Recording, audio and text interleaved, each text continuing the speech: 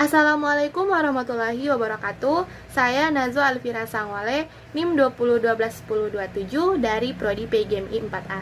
Tujuan saya membuat video ini untuk memenuhi persyaratan ujian tengah semester mata kuliah IPS dengan dosen pengampu Bapak Ilhamsyah MPD.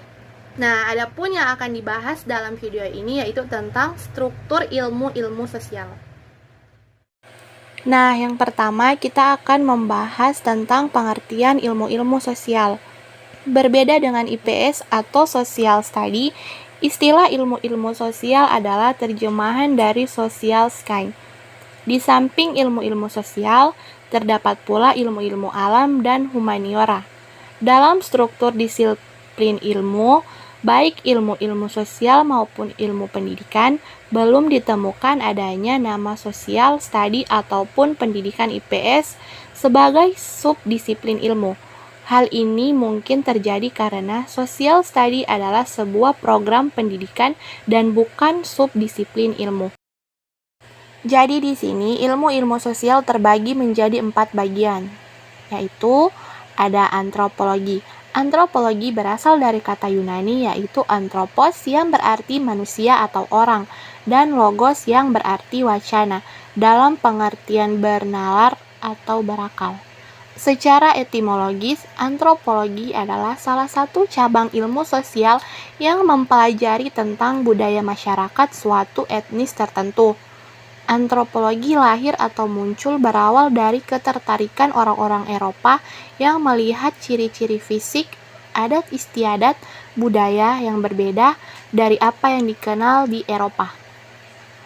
Nah, objek antropologi adalah manusia dalam kedudukannya sebagai individu, masyarakat, suku bangsa, kebudayaan, dan perilakunya.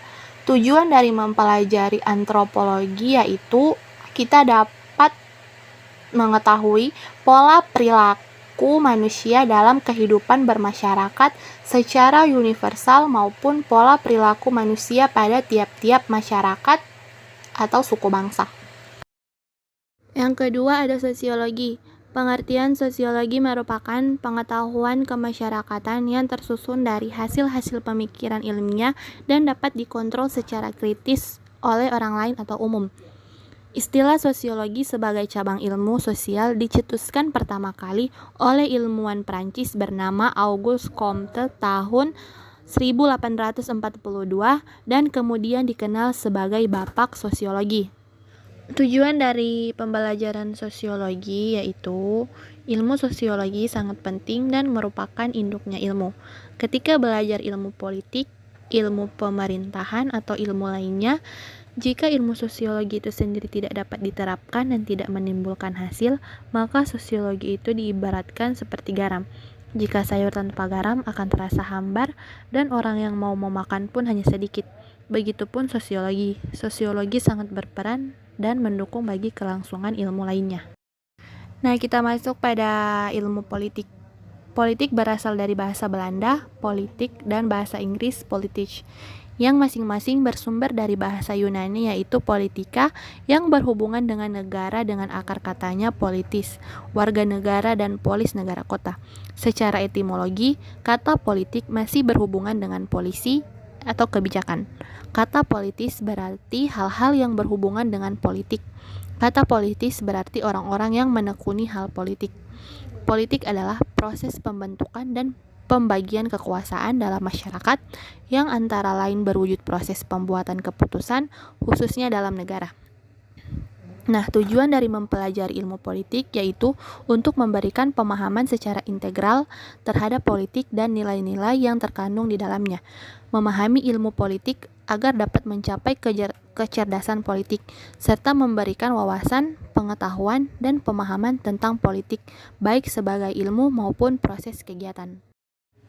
Nah, yang terakhir ada psikologi sosial.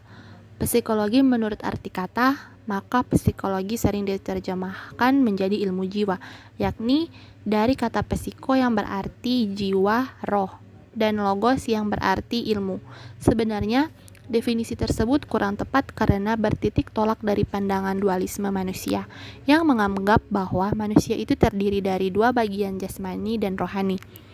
Psikologi adalah ilmu yang ingin mempelajari manusia, yaitu manusia sebagai suatu kesatuan yang utuh antara jasmani dan rohani, yakni manusia sebagai individu.